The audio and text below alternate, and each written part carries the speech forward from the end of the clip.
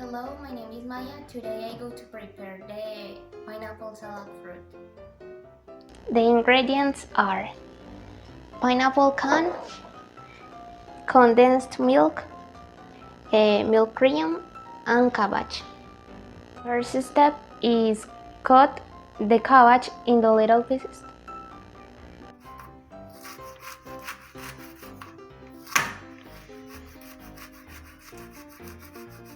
The second step is to boil the cabbage.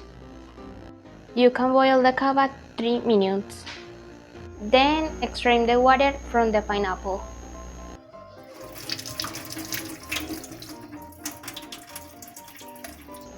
Mix the pineapple and cabbage.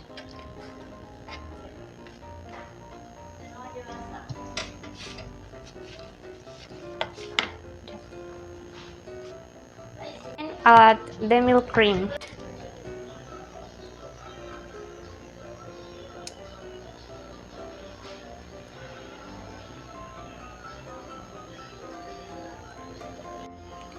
Finally, add the condensed milk.